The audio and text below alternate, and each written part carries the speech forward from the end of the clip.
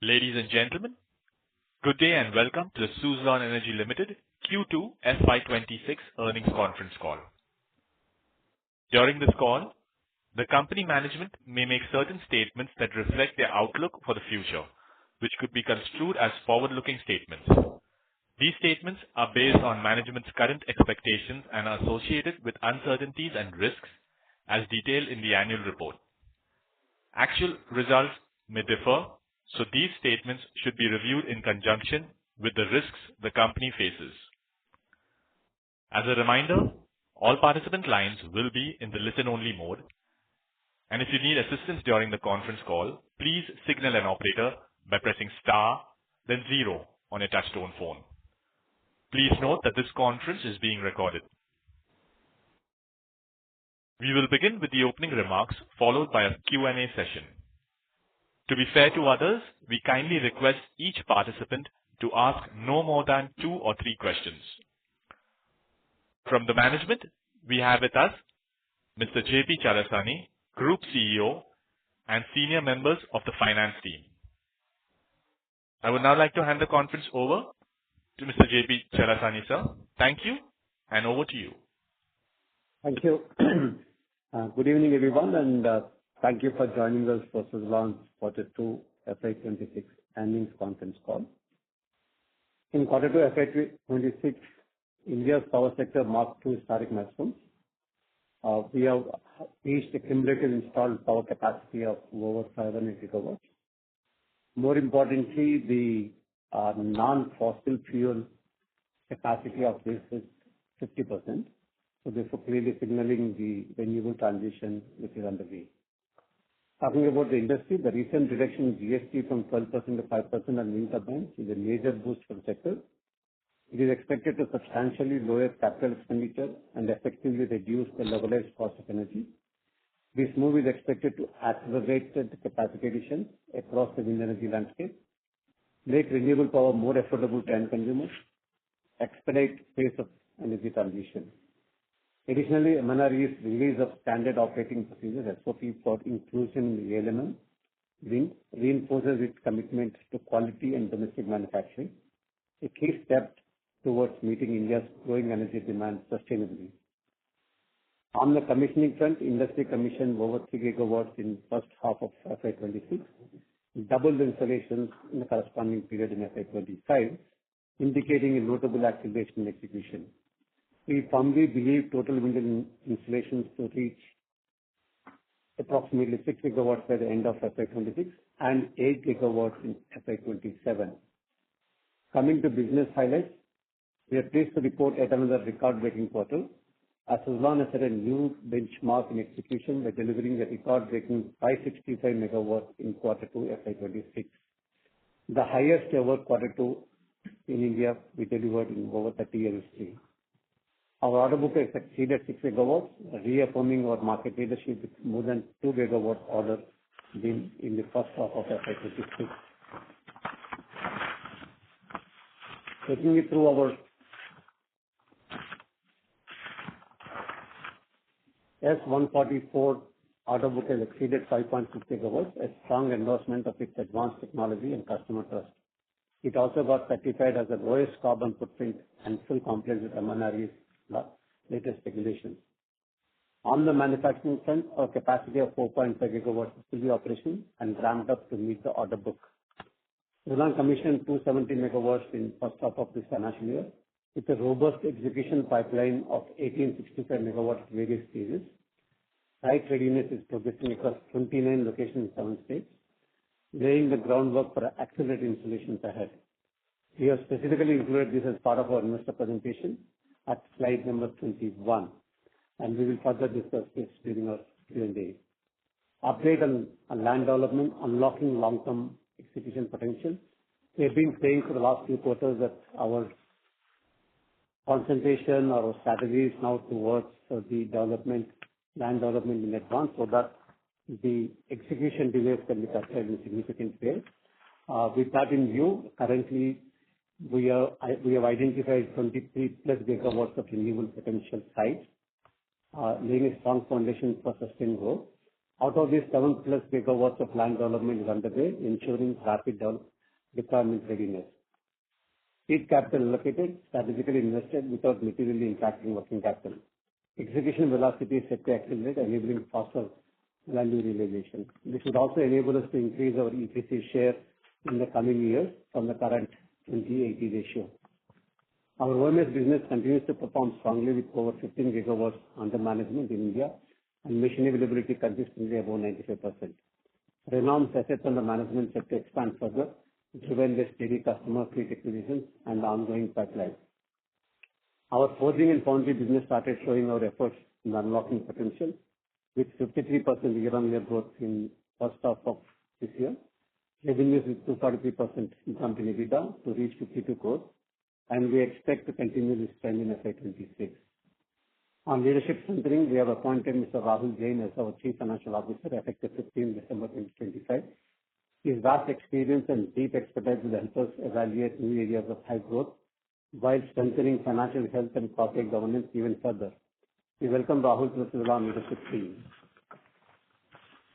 Taking you through the financial performance in quarter 2 FY26, Suzlon continued its exponential growth trajectory, delivering 565 megawatts, 121% growth on a year-on-year basis, with all financial parameters showing a strong uptrend.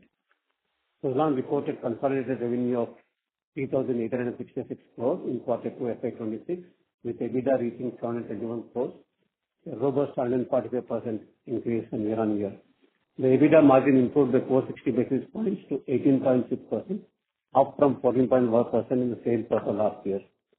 Achieved a profit before tax of 562 crores, registering 117% year-on-year growth over quarter 2 FY25, with tax outperforming at 1,279 crores. In quarter 2 FY26, the company has recognized an incremental net deferred tax asset of 718 crores based on reasonable certainty of future profits. This brings the total DTA, that is deferred tax asset, cumulative DTA, as on September 25 to 1,229 crores, which provides a tax shield on future profits to the tune of 5,000 crores.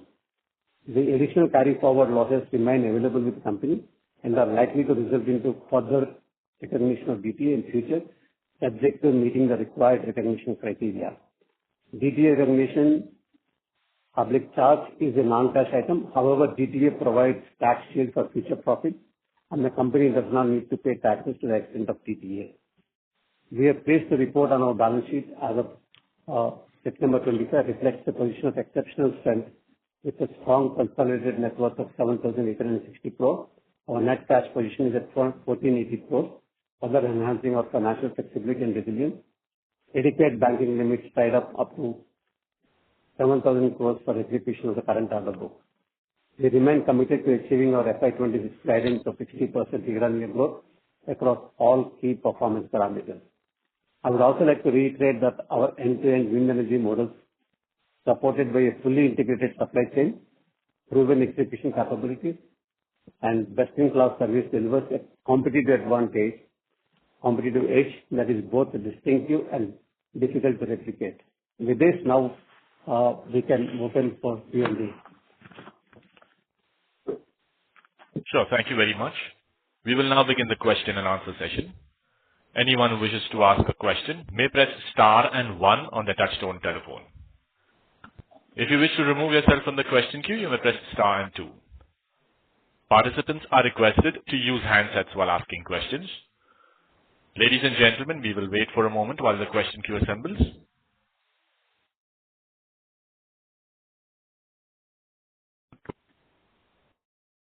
The first question is from Mohit Kumar from ICICI Securities. Please go ahead. Yeah.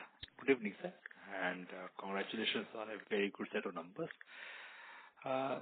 So my first question is on the slide number 22 and slide number 23 of the presentation. So there's the 1865 megawatt which you mentioned in the slide number 23. Is it over and above the 838 or 838 megawatt or 1009 megawatt mentioned in the slide number 22?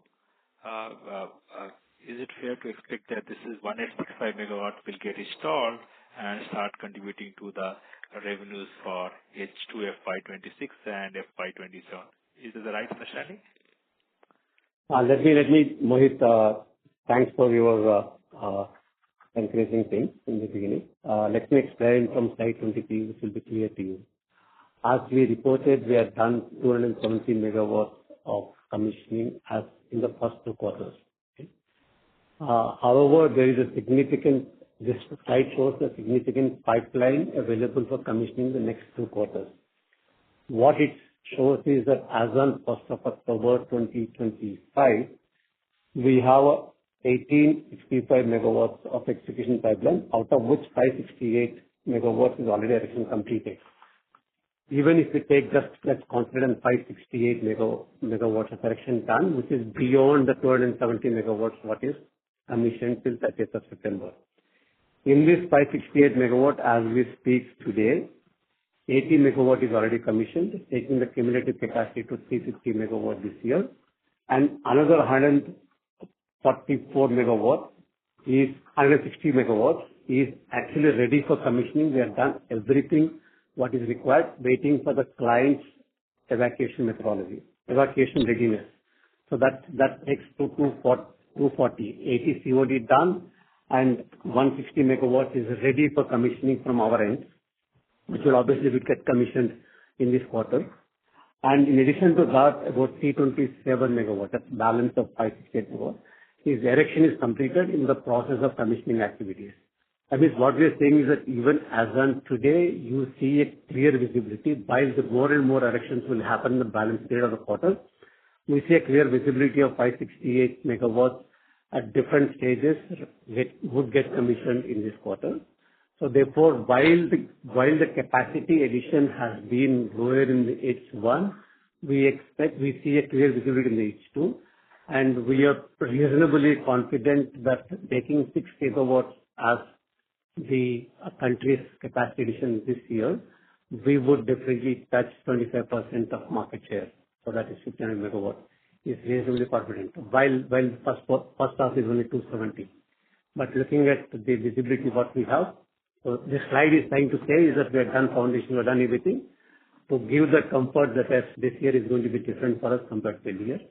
In fact, if you look at as on 30th of October, we crossed the entire last year's capacity addition what we had done. Whole of last year we did 326. On 31st of October we were at 350. So this gives the confidence that, we will achieve the market share of 25% this year, definitely. And is it clear, Mohit? Yes, it is clear. My second question is the inquiry pipeline. How is the inquiry pipeline looking like for the new orders? Basically, the concerns on new order inflow increased materially compared to last year on account of low bidding activity and the recent news around cancellation of LOA of worth of 42 gigawatt. See, our obviously you're seeing that this quarter again we continue the trend of closing order book higher than the opening order book, in spite of the fact that our deliveries in the quarters are going up. If you see this quarter itself, we added more than I think we received orders more than 1.4 gigawatts.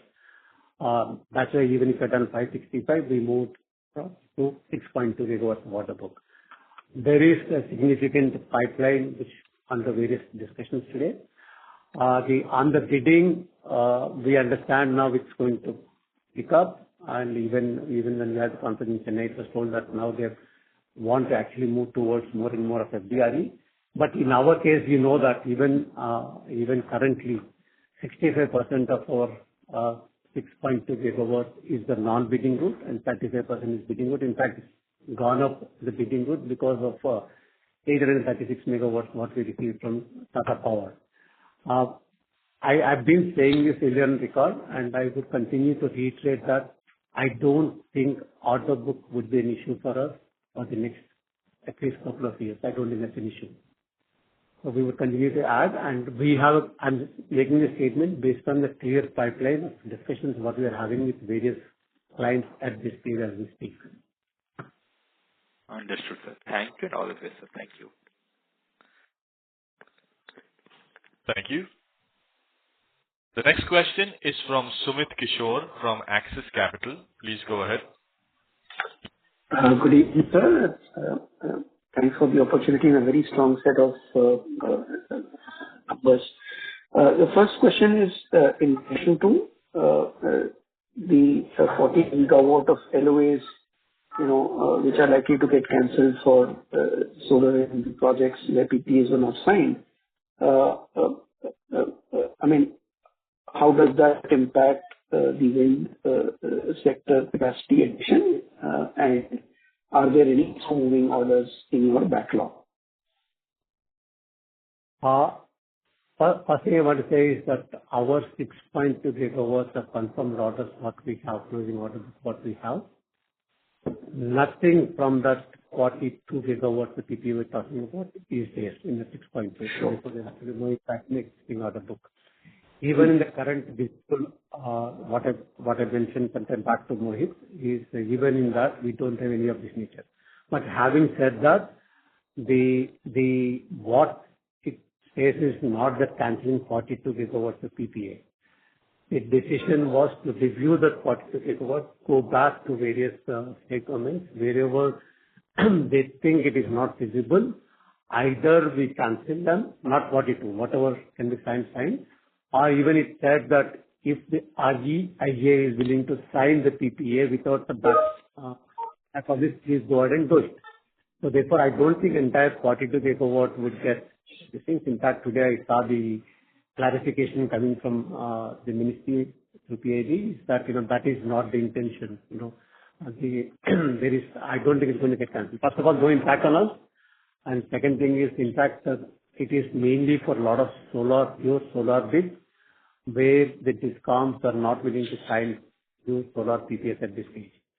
Sum and substance is that I don't think it will have a serious impact on Suzlon. And we also, as we speak, already there is about 11 gigawatts of bids under progress, in fact, today. Either bids submitted and the reverse auction not done, or the bids announced and the bids are to be submitted. So I think the adequate pipeline is what they would provide, actually more of an RTC. And we will continue to be auto booking for us in that two-thirds of our segment, which is the C&I and public sector. Sure. The second question is that your competitors, let's say a couple of them are launching a 5 megawatt variant. One is launching a 4 megawatt variant for onshore. So what is the pipeline on how Suzlon is going to graduate from 3.x? Over what time frame? First of all, that today our 3.15 megawatt is a very successful product what we have. We have already supplied about 2.3 gigawatts, and then more than 5 gigawatts in the current order book is 3.15. In fact, 90% of our current order book is 3.15. And there is a significant interest in 3.15 because people look at cost per kilowatt hour than what is the capacity of the model. Having said that, our next set of models would keep coming regularly, and you will start seeing us announcing the next model shortly. And we would be there at that level. I don't want to mention the timeline, but the progress is on the way. Some models are under prototype, and some are currently under the procurement phase, become the prototype stage. We will not, in my view, that we will not see that as an issue for us to, face the competition.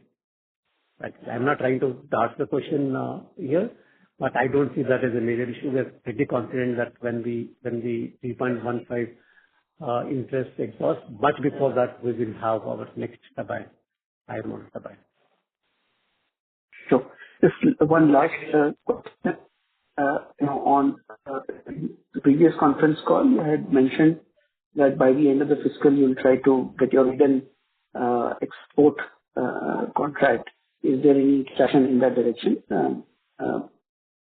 Thank you. So I mentioned that next year is what we would get. The early next year is what we'll get the order, and then supplies would start in FY28. We still stand by that. Right now, the various markets we're studying now, and the teams are being hired. We would move in that direction, in line with what we give the guidance.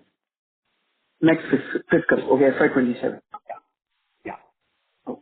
Thank you. Wish you all the best. Thank you. Thank you. Next question is from Mahesh Patil from ICICI Securities. Please go ahead. Yeah. Hi, sir. Congrats on the great set of results. So my first question is on the pipeline. So what is the near-term pipeline that we foresee? And if you can also bifurcate it in PSU, non-PSU segments. Thank you. No, the current capacity, current order book, what we have 6.2, as I said sometime back, the 65% is, in fact, if you want further data, 61% is C&I, 14% is PSU, and about 35% is bidding at this stage. What is now, for us, what is more important now, moving ahead is more than which segment is contributing or C&I continues to contribute. We are working consciously towards moving to the EPC, increasing the share of EPC contracts. I think that's our concentration now. The current 20/80 is what we have. 20 is EPC, 80 is non-EPC. Our target is to move to 50/50 by FY28. That is where we are working significantly on the developing the new site. This is what I mentioned in my opening comments. We've been talking earlier, so we gave some details this time. As we speak today, we have identified sites for about 23 gigawatts, which have a significant wind potential sitting our turbines. And out of this 23 gigawatts, for about 7.5 gigawatts, we started the land acquisition where we have not signed the EPC contract. Nothing to do with the existing 6.2. And in fact, in this 7.5 gigawatts, we already acquired land footprint along with the pathways for about 1150 megawatts. Some of these things we signed the land contracts, not the EPC contracts. Some of them we are going ahead on our own with the seed capital. So I think that is what is going to be our significant concentration going to be. One is to bring back the EPC. What it does is that it gives us the competitive advantage because nobody else offers the EPC with the land. And second is that it gives us the control on execution. We will improve our execution COD capacity. Third is that it will also allow us to pull the turbines in the manufacturing, so therefore more and more turbines can be supplied. I think that's going to be our future strategy while we continue to concentrate on the C&I market. I think the much more significant is that the mix of EPC and non-EPC. Thank you, sir. And my second question is on the O&M segment. So if you look at the EBIT for this quarter compared to Q2FY25, it's lower, 1.5 versus 2 billion. So could you help us understand why the dip in the margins here in O&M segment? You're talking about O&M margin? Yes, sir. Yeah. See, there is on the contribution margin level, there's no difference between last year to this year. You're talking about the EBITDA margin, where it is in a one-off sort of an impact for this quarter. But if you look at it even on first half of this year, we're still at 37%. Our guidance still remains that we will be anywhere between this and 40%. This is one-off being conservative this quarter or some cost we provided for. Otherwise, there is no red flag in terms of margin guidance in O&M. Okay, sir. Thank you.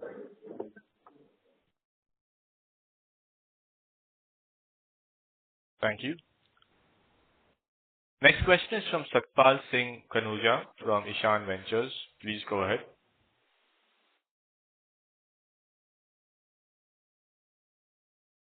Good evening. Am I audible? Yeah, you are. Please go ahead. Okay. Sir, thank you for the opportunity. A lot of my questions have already been answered by you in the other questions which have been asked by other participants. I just need to ask one small thing. So when can you give us a timeline when for the lack of a name, if I call it the wind farms, when can we see the first windmill getting installed in our own wind farm? The land development business that we have been getting into. No, but even today we are doing it. See, Okay. all the EPC contracts, this 20% of EPC contracts, what we are doing today is our own wind farms. Means like we acquire the land and provide doing this project. Okay. What I said in the previous question is that we want significantly increase that to 50% share, and that is where we said that we identified about 23 gigawatts equivalent of sites in different states, and about 7.5 gigawatts, we already started the land acquisition, and 1150 megawatts, we already acquired the land as well.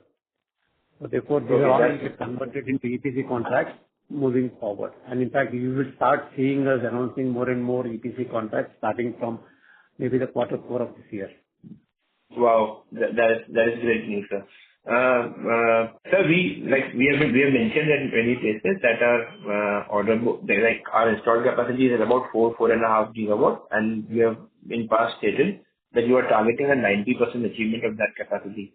Now, to attain 4 gigawatts of, say, deliveries a year, what is the kind of order book number that we need to attain? So even today, we have the order book to that extent. So today, if you look at it, so we have Go ahead. We have a delivery time of, say, 18 to 24 months. So ideally, to do, say, 4 gigawatts a year, the order book number should reach somewhere around 8 to 10 gigawatts. Not necessarily. I think as long as you have 1.5 times of your manufacturing capacity, so you will be able to reach that. But I think the issue is not that. It is not the order book, okay, which is actually restricting how much capacity we are manufacturing. The issue is that how much the projects are able to offtake the turbines. As we've been talking earlier, even today we are in the push mode from the manufacturing, which means we want to push the turbines to the projects. We want to move that to full mode, where people put pressure on us for turbines. We want more turbines. That stage is not yet come. One of the reasons why, again, linked to that EPC also is that, that would enable us to have a control on more supplies to happen. Because project execution happens faster, more turbines can be supplied. The manufacturing capacity is not an issue. I think in the country, the capacity addition keeps going up. So obviously that 4 gigawatts can be reached at some point of time. We do expect that the capacity addition in the country is going to go up because you see that in H1 we doubled compared to the last year. From somewhere around 1476 megawatts, I think we reached to 3086 megawatts in the first of this year. And we are pretty confident that we'll reach 6 gigawatts. And then in fact, we revised our estimate for FY27. Earlier we were talking about 7 gigawatts. Now we're saying that definitely we will hit 8 gigawatts in FY27. And then can reach about 9.5 gigawatts in FY28. That's our current estimate based on what we are working on with our own EPC sites and what the market is talking about. Thank you, sir. Sir, we did 1550 megawatts of delivery last year. We are expecting a 60% increase, so that should reach to somewhere around 2500 megawatts this year. Now, first half we have already done about 1000 megawatts, 1 gigawatt, and we have in past been doing, say, first half if we do 30%, we do 60-70% in the second half. Can I expect a better than 2500 megawatt performance this year? No, see, your expectations obviously can't stop. You have a right to expect. Our guidance would remind that, we said that 60% and we reaffirm that, 60% growth in our parameters would be fine. Just trying my luck, sir. Thank you very much, sir. Thank you. Thank you. Next question is from Karthik Sharma from Anand Rathi. Please go ahead. Good evening, sir. This is Shweta Jain here. First of all, congratulations on a very good set of numbers. My question is with respect to, the overall sector that you're looking at, phenomenal growth in terms of the order book. But when you look at more of hybrid projects and FDRE projects coming into the picture, particularly hybrid, how do we see BESS as a competitor? Particularly when, there is a line in the investor presentation that says with wind integration, 2 charging cycles of BESS can be achieved to further optimize the landed LCOEs. Could you a bit explain on this, please, as well? Yeah. Sweta, there are number of experts on the call today who have different opinions about solar plus BESS versus this, and I know that there is so much talk about solar plus BESS is that we don't need wind. But we have been saying, and we continue to say that it is not one versus other. If we need to achieve the lowest cost of energy, which is mandatory for us, and then we also need to achieve a capacity addition in a manner that we meet the load profile of the country, then only you can replace the fossil fuel. For that, what is required is FDRE. We have done our own analysis, a very detailed analysis. If you want to create a project of, let's say, 300 megawatts, where you need 80% of PLF on a year, with a minimum 75% on every month basis and 90% availability in the peak period. If you do that, if you do the BESS and the solar only, which is what many people are talking, the tariff is expected to be somewhere around 6.5. Okay? And the same thing if you do solar plus wind plus BESS, which is what is the required one, the tariff costs to somewhere around 4.7, 4.65. Okay? So therefore, on the cost of energy basis, you can never ever have a lower tariff with solar plus BESS meeting the round-the-clock power. This is just a myth.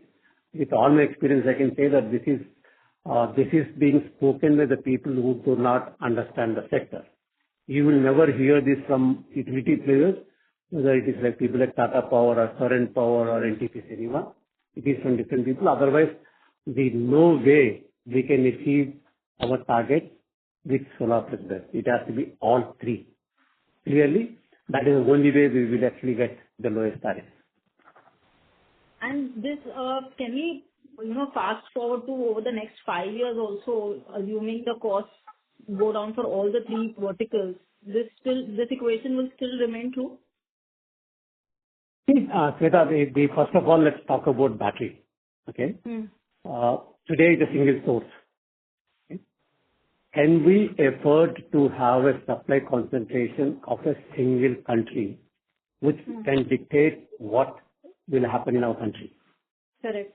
That's a major concern. Okay, fine. Correct. And the price of batteries is not in our hands. Okay? Even recently, we just withdrew some of the benefits what it is, and the cost is going up, both for solar as well as BESS. So therefore, as a country, we can't afford to have that, and like we have done in the solar, we will continue to do on the batteries. Ultimately, we move towards the domestic. Okay? So therefore, what would happen to the cost is that the moment we reach that economy of scale, the cost would keep coming down. So definitely cost would come down for all three. Even today, that in the last quarter with the GST change from the 12% to 5%, obviously even the wind itself is now impacting about 15 to 17% on the tariff. So tariffs would keep coming down.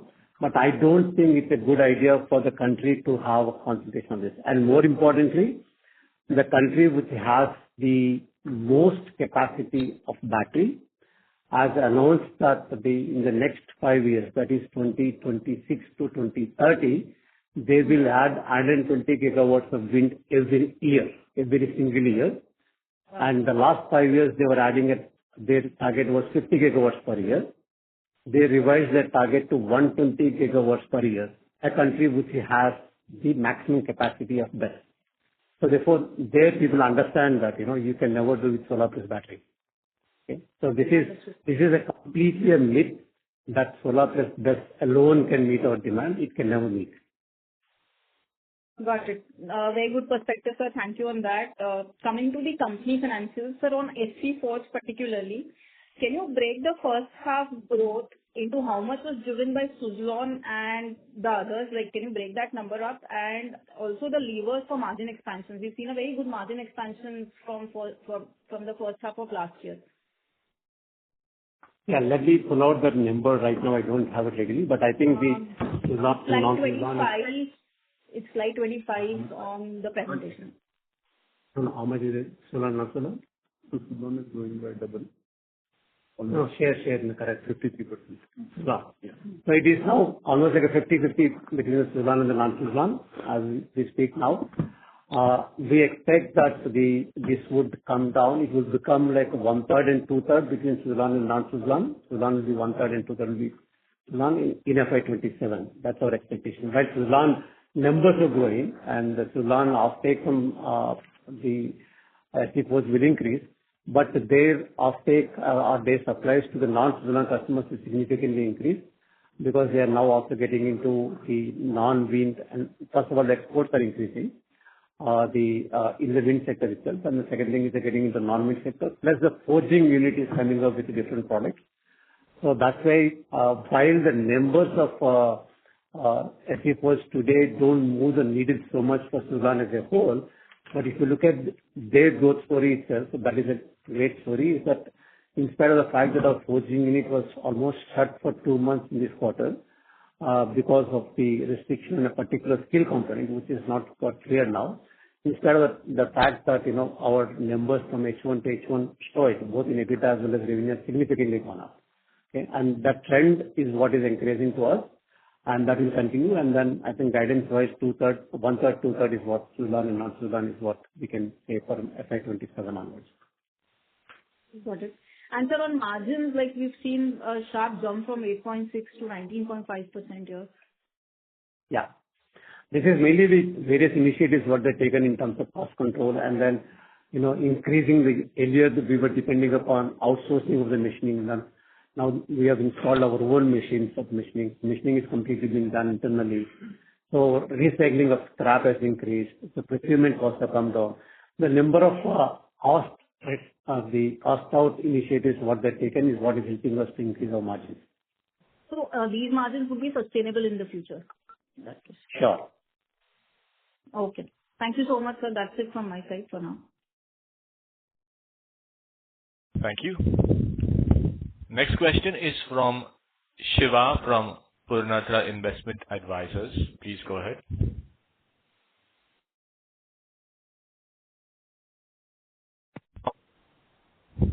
Shiva, you may go ahead with your question. Audible? Yes, sir. Yeah, you are. Please go ahead. First of all, congratulations for a great set of numbers.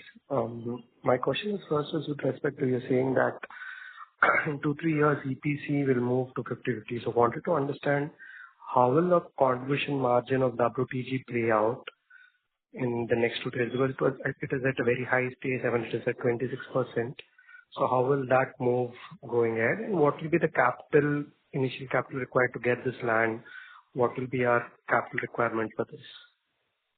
No, let me answer your second point first. We provided a seed capital of about 150 crores that will keep getting recycled. What happens is by the time we acquire, let's say that a 300 megawatt wind farm is what in some place we start the acquisition of the land. By the time we reach 25% of the land acquired, so we would normally try to find a partner or the co-developer where EPC is not signed, but the land contract is signed with the condition that the EPC would be with us. And then they will reimburse for the entire 25% what we acquired, and then future, the balance 100%, they'll compensate. So this is how this recycling happens. So therefore, 150 to 160 crores is what the seed capital required. Even today that, I said sometime back, we already acquired about 1150 megawatts of land. So that is what is the range in which, and then we also started now, getting the money back through the land contract. On the margins, FY28 is a bit far away when we reach this 50/50, and a lot of things will happen could be on the positive side on the margins. So let's wait for that. Obviously that the world record, if you see, whenever we did EPC, we used to do about almost 80-85% EPC in about FY17 or FY18, and that point of time of margins on EPC were much higher than the equipment supply. So that definitely that our margin is always better in EPC than in equipment supply. Okay, understood. Helpful. And the second is with respect to cash flow from operations. If you could just help me understand what will be the payment schedule for a 100 megawatt if it is a 600 odd crore. At what stages do we get the payments? I understand the revenue accruing, but when do we get the final payments at different stages? And let me address this, and also I know that why you're asking this question, so therefore I'll address that concern as well, because of the receivables going up. And normally for most of our contracts, we get 5 to 10% advance. Then the 40 to 45% is what we get on dispatch, and another 40 to 45% is what we get on receipt, and 5% on commissioning. This is our standard payment terms, given take here and there some variations. But then on the public sector projects, and which is what we've done a significant supply in the last 2 quarters. In fact, in the Q1 and Q2, our supplies to the specific public sector contracts have been more than 50%. Even in this 565 megawatts what we supplied in quarter 2, close to 300 megawatt has gone to the single PSU. There, it's a bid terms and we know that what are the payment terms in advance. There, in addition to giving 10% on advance, the first payment comes only after the materials are received at site. Then that also is only 70%. In other contracts, we receive almost 90-95% on the time of materials received at site. Here you get 70%, and then the balance 20% gets spread till commissioning and testing and various things. We take that in, plus also in the public sector, the time taken from the time it becomes material reaches to their whole process of completing and taking it. If normally other contracts it takes let's say about 20-25 days, 3 weeks time we get our payment once it is due, but here it can take even up to 45 days. So, but then we knew these things, that's how we had a separate line of credit for this project, and significant supplies having been made to particular PSU contract. You are seeing a surge in the receivables, but that is not a red flag in my opinion. As that tapers down, we'll get back into the control. We know that why it happened, and we know the reason, and we also know it will get controlled. So it's really because of the payment terms. And that we knew in advance. And then we have adequately loaded the working capital interest in our bids and everything. And everything is covered in our pricing. Understood. So third is with respect to booking. The finance cost was directed that the net finance cost would be in the range of 200 odd crores. So is that because it has hit 150 odd crores? So what will be the net finance cost for this year? And the second part is the DTA. You've added 700 odd crores. What is the entire potential, and or how much have we used as of now till now, or what is left over? That's the second part. The way obviously you all know I'm not a CFO, but the way I understood the DTA I will explain to you, and if I make some mistake, my colleague here will cover it. As long as you have carry forward losses, which are known to us, you filed in your income tax returns, and the moment there is a certainty towards the profits going to happen, and then you become mandatory under the accounting standards to provide for DTA. Here, the auditors took a conservative view of looking at the profitability of the company over the next 3-year period, and then we have a much more carry forward losses to the extent of about 11,000 crores. But because they've only taken for the next forward 3 years, they are now converted to that. First of all, we done in the quarter 4 of last year. In the 6 months, obviously, additional 6 months extension happens. They cover to the balance portion. So now, as we speak, on 1st of October, we have about 1,229 crores of the tax credit, tax asset, we call it, as a deferred tax asset, which means that up to 5, even if we don't add any further DTA, but we expect that to get added further as the time proceeds, they will see more and more visibility of profits with the even current 1,229 crores means effectively for the next 5,000 crores of profit as and when we reach. Till that time, we have a tax rate. So we will not, there is no tax outgoing in terms of the cash. But then we expect that as the time passes, and some more DTA would get added. Anand, you want to add anything?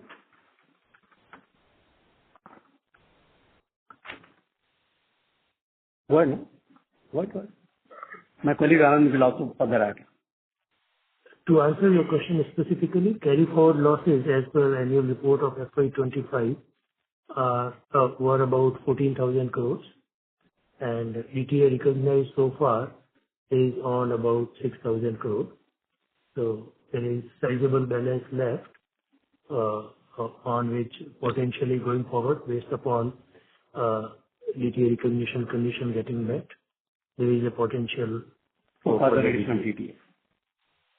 So just to understand, the max potentially is 8,000 crores, 25%. That will be 2,000 more addition, the max that we can add.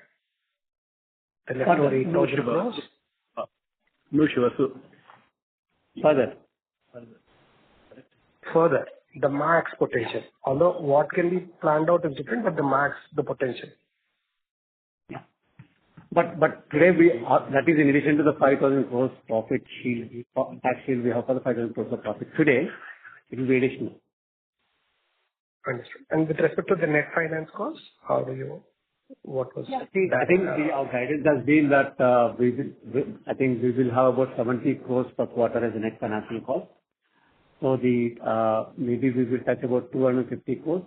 This quarter we saw slightly higher because we also started issuing surety bonds, and for some time we had a parallel of surety bonds as well as letter of comfort from REC.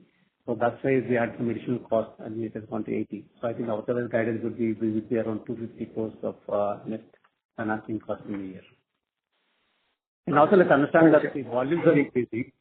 When the volumes increase, working capital. And then we are also seeing that, which supplier, which contract you are supplying. So if the contract has explained to you, if you do it to PSU, that's working capital increases, so cost would keep changing from quarter to quarter. But these are all known, they are not unknown things which are coming up as, as a surprise to us. Okay, thank you. If I may squeeze in one last question. You've directed that the margins for OMS divisions have come down. It is a one-off thing, but if you could just give a direction, is the revenue per megawatt for the new S114 similar to the older ones? No. For OMS?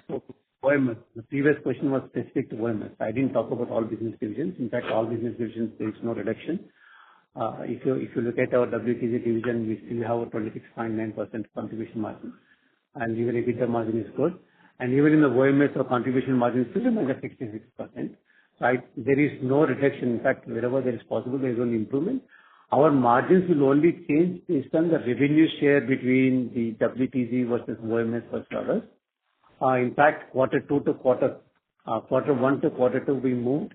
Our WTG revenue share has gone up from 82 to 84%. When the WTG increases, that margin being that lower than the OMS margin, the margins will change. While the individual business margins will continue to increase, that's what happened even this year, this quarter for WTG. But because the mix of revenue changes, at the group level, the margins can change. But the OMS division margins are slightly lower, right? EBITDA margins is 34.5 for India OMS. Yeah, that is one which I explained. That is what which I explained to you last time, the previous question, that this is sort of a one-off. If you look at H1, we are still at 37%. Okay? This quarter is 35%, but H1 is still 37%. So therefore, our guidance continues that we will be between, hovering around 39 to 40% of the range. This is a one-off for this quarter alone. So that's why I said there are no red flags there, and it will be normal moving ahead. Understood. So the revenue per megawatt for OMS is in the same range for S114 compared to S114 to the earlier models? No, it can't be. Means like per turbine, different, per megawatt it will be different. Because you're maintaining a turbine, so therefore if it is an 100 megawatt wind farm, there you're maintaining 50 turbines, and here you'll be maintaining 33 turbines. So therefore the turbine cost, per turbine, the OMS price could be higher, but per megawatt cost will be low, but also your cost per megawatt price will be low, but your cost also is low. You reduce your number of turbines you're maintaining are low. Instead of maintaining 50 turbines, you'll only maintain 33 turbines in a 100 megawatt farm. So all your costs, your space cost, your manpower cost, everything will be low. So therefore, it won't impact the margins that way. The growth will be slightly lower compared to the order. No, growth also will not be lower. Growth, everything will remain the same. So you need to look at the price per turbine rather than the price per megawatt. in OMS because your maintenance cost comes per turbine, but your maintenance cost doesn't come per megawatt. Okay? So therefore, as long as you're maintaining your price levels, cost levels for the turbine, your margins won't come down. So therefore, let's not get confused with 3 megawatts turbine. Tomorrow, if you go to 5 megawatt turbine, obviously price per megawatt will come down, but then you're maintaining only 20 turbines per 100 megawatt farm. Your cost also will be low. So therefore, in OMS, you should look at cost per turbine, price per turbine. And from that angle, the higher the capacity, it's not going to have any impact on your margin. Understood. Thank you. All the best. Thank you. Next question is from Abhishek Nigam from Motilal Oswal. Please go ahead. Yeah, hi. Thank you for the opportunity. So MNRE recently came out with a detailed, SOP for local manufacturing of wind turbines. I think where they basically give details regarding what qualifies, what is not qualified. And so I just wanted to know, after that, is there a little more clarity on, is it in terms of localization, is it more easy now, easy, tough? How are the, competitors responding? And, any clarity you can give on that? Yeah. See, clarity was there right from the beginning. So SOP it defines that clarity in a proper way, that how do you actually put it, what happens, step 1, step 2. We are absolutely clear that the companies have to get listed there, and before getting listed, there will be inspection, physical inspection, and you got to meet that inspection requirements. You need to meet the ISO requirements. There is a process by which you can list a company. Only you can buy from that. Not only SOP, they have now also come up with what is called the REIMS, that is the Renewable Energy Equipment Import Monitoring System. Okay? They're even going to the extent of, if you want to import any component, you got to get registered there. Then only you'll be allowed to import, otherwise you will not be allowed to import. That has become effective from 1st of November. And they're also moving further. Of the next portal, what they're developing is that not just the import, they want to monitor till which turbine, which project that particular component got consumed. Okay, where it is being used. So therefore, there's going to be a complete control on where from you're buying and which project you're buying and what are you doing it. And in fact, they are also saying that, they also said in the SOP that you can have, even if you come with a new model, we will not, in fact, the new model is in the same platform, unless the incremental power is more than 10%, we don't recognize as a new model. Because some people can try slightly saying the new model so that they get that advantage of up to 800 megawatt you can import. Okay, any new model. So they even clarified that we will not allow even that, unless the rotor diameter goes up by 2% and the power goes up by more than 10%, it won't be considered a new model. So they will consider the old model only, and you don't get the benefit of 800 megawatts or whatever it is can be imported. So I think this only shows that they are very, very extremely keen that the domestic manufacturing has to increase, and which we said earlier that we meet that requirement fully, and we encourage it, and this provides level playing field. Now the cost advantage what people had on cheaper imports would go away. Okay, and is there also subsequent steps which are expecting? Like if I see on the solar side, we are seeing it started with ALMM, then LCM. Now they've already announced ALWM. People expect ALBM, which is on the battery side. So, subsequent to this, do you see, more announcements in the coming years? Hey, the wind, because we know about wind, we are done right in the beginning because we have the manufacturing capacity for all the components. In solar, we didn't have it, so they're going step by step. What probably we can expect is now their next step is they will go sub-component level. So if you're talking about a gearbox, they're going to look at it as, are you assembling a gearbox here? Then saying it's domestically manufactured, what restrictions should we put on sub-component level? If the castings are available in India, then they may say that you need to buy only from India. So the step 2 is what they will do is the component level, sub-component level restrictions. Otherwise, because all components are manufactured in India, so therefore at one stroke they have gone, unlike in solar. Solar initially started with modules, then they went into the cell, and now they're getting into different things. But here only next step will be sub-component level. Fair enough. And so just last question. So what I'm seeing on the solar side is that, companies are now sort of going into these adjacencies. So companies are looking to, get into transformer manufacturing, inverters, batteries. I know this question is probably a little too early, but if that subcomponent level manufacturing comes in wind, I mean, will you be willing to explore that? Why not? Or is it too early? No, we already see. At one point of time, even today, we manufacture our turbines. Okay? We make our panels. At one point of time, we were making even generators. Okay? So therefore, we already did that. Even today, we do our own transformers, we do our own panels. So therefore, with increase in volumes, and then we do have that experience, we do have that the capabilities. So therefore, why not get into that? If somebody can do it, someone who is the easiest for anybody, it is for us, because we do have that experience. We do have those the facilities available already for the purpose of manufacturing using. Definitely, we look at that. Okay, perfect, sir. Thank you so much. That really helps. Thank you. Next question is from Amit Mahavar from UBS. Please go ahead. Hi, congrats on great operational performance. Sir, you explained on the EPC rationale in detail about those 2-3 points why Suzlon is looking at now.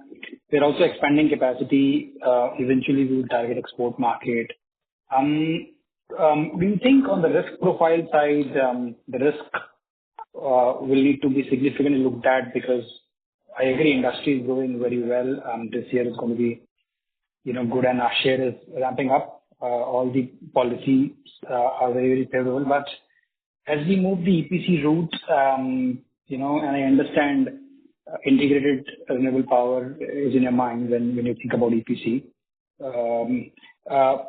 If you can throw some light on potential risks that we'll have to keep in mind, because or rather, why not think about only the WTG model where we anyways have the forgings, O&M, a very diversified business model? Why go the EPC route considering the potential risks? I just wanted to get some handle on potentially what can go wrong if we go the EPC route. That's it. Thank you. If I understand you right, there could be some confusion in the definition of EPC. EPC even today we do. Okay. 20% is EPC. When we talk about EPC, that is where we acquire the land and we do the complete govt and supply the turbines and commission them and obviously do a OMS. Our second alternative is that land doesn't belong to us, and even we may not. Other extreme is that nothing belongs to us. We just supply the turbines and supervise the entire work. That's called equipment supply. Okay. The risk on EPC is much less and much higher control. In fact, the EPC is a risk mitigation model because we are just supplying the equipment there. Our equipment supply would completely depend upon its readiness. If the project is ready to take the turbines or not, if the turbines are on the ground for 2 years, 3 years, what happens to the turbines, warranties, it's a huge risk. Plus, we also can't even predict how much quantity of turbines we can supply. Because we don't really know when that project is going to happen. That is what is a concern today for us. What we have today problem is that. Okay? Right. Most of the places where we supply the turbines, we are not able to commission them, or in the non-EPC project. Very less in the EPC project. So when we move to the EPC, we are mitigating that risk. Anyway, there is no additional risk we are taking it. We acquire the land, and in fact, we are mitigating the risk of land and ROW, which is a major risk where we are not doing the EPC. That risk is we are mitigating here by taking the land and ROW issue out of it because by acquiring the land along with the pathways much in advance. So EPC route is actually risk mitigation, not the risk creation. That would significantly increase our capacity addition speed at which we can add each year, and it would improve our turbine supplies and it would improve our margins. Most importantly, that is a significant competitive advantage what we have. Because we are the only player who can actually provide an EPC service along with the land. There is no one else who can actually provide significant. When it comes to the export, there we would take the risk of only supply. There, because that's a new geography, we don't understand that we really don't get into EPC there. We will not take the risk of EPC when we go out of the country. Sure, definitely. No, that's very helpful, sir. Thank you very much and good luck. Thank you. Next question is from Gauri Shankar Dalal from Cresta Capital. Please go ahead. Thank you, sir, for the opportunity. So I have a couple of queries. So first of all, we have a cash balance of around 1,800 crores in the balance sheet. So how are we trying to use it and put to use and create value for the shareholders? See, first of all, let's right now, today, this is a very small cash what is available. So therefore, we're expanding the business. Let's keep that as a reserve money, whatever is required for in between for various purposes. And then also we need our CapEx. If we're spending money on the CapEx, we're spending, as I said, that we provided 150 crores of seed money for our development. So as further we go ahead and more we generate the cash, then that's a good problem to have it. What do we do with the cash? Okay, whether we want to do dividends, what it is. But let's reach that stage of having a good problem on hand. But right today, I think it is really used for our CapEx and various other purposes. Okay. And sir, my next question is with regard to the revenues and all. So your revenue year-on-year has increased by around 84%. So it is majorly led by the volumes. Can we assume there is some moderation with regard to the prices also year-on-year? No, I think our average realization per megawatt remains more or less the same in line to the guidance what we gave. There is no change in the revenue per megawatt. Okay. Thank you, sir.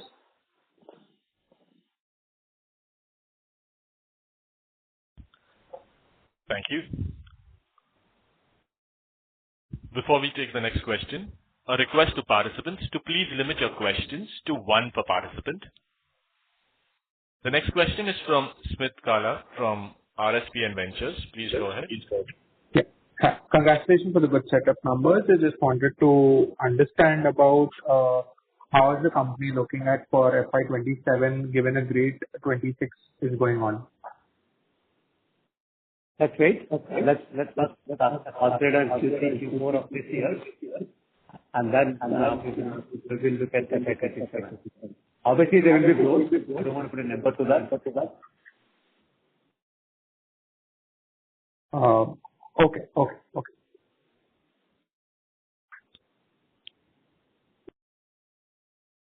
Thank you.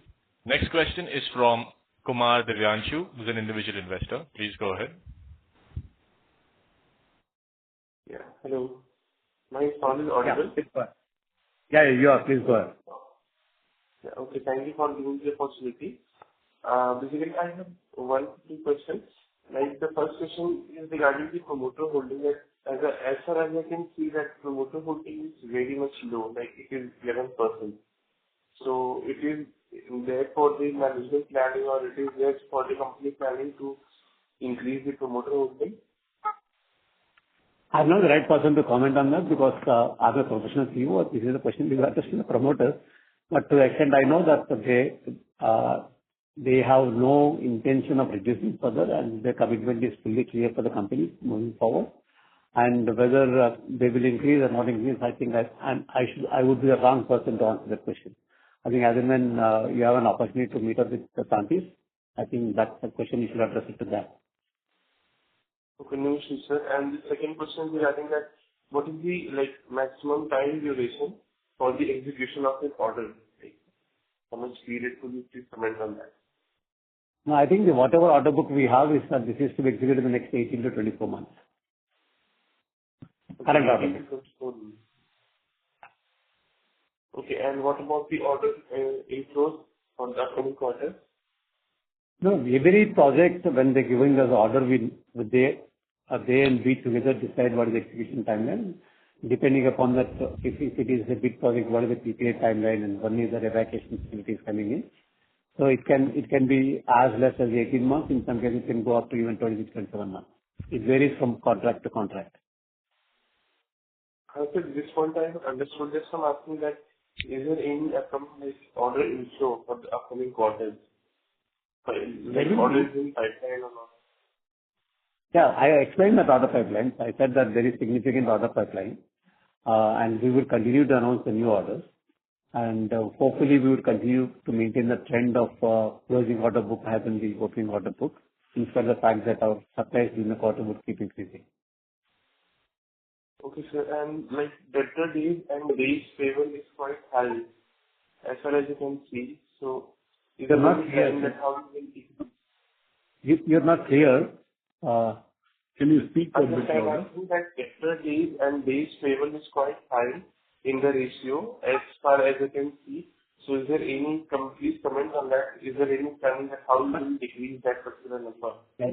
Yeah, we explained some time back, it's basically happening because of a public sector contract, and that proportion being higher. I think we went through this question in detail in the previous question, answer to that. Thank you. We'll be able to take one last question. We take the last question from Hardik Sharda from Mavera Asset Management. Please go ahead. Hello, sir. Thank you for taking my question. I just want to understand what is the situation around rare earth metals and how does it affect Suzlon, given the geopolitical situation. Thank you. That will be my question. No, I see, as far as the speed is concerned, generally we get protected in the contract. Speed price up and down, except for the pin and band. And the rest of the metals we keep watching, and then somewhere we need to procure. Rare earth we don't use much, so therefore I don't think we have any impact of rare earth on our turbines. So therefore, we are completely insulated from the so-called geopolitical issues of rare earth to be supplied or not supplied. It will not impact us. Okay, sir. Thank you. Thank you very much. We'll take that as the last question. I would now like to hand the conference over to the management team for any closing comments. Thank you very much for joining and making it very interactive. And any further details you need, my colleagues and IR team are available for you to provide. And please reach out to them. Any amount of details you need to satisfy yourself, we will provide. Thank you. Thank you very much. On behalf of Suzlon Energy Limited, that concludes the conference. Thank you for joining us, ladies and gentlemen. You may now disconnect your lines.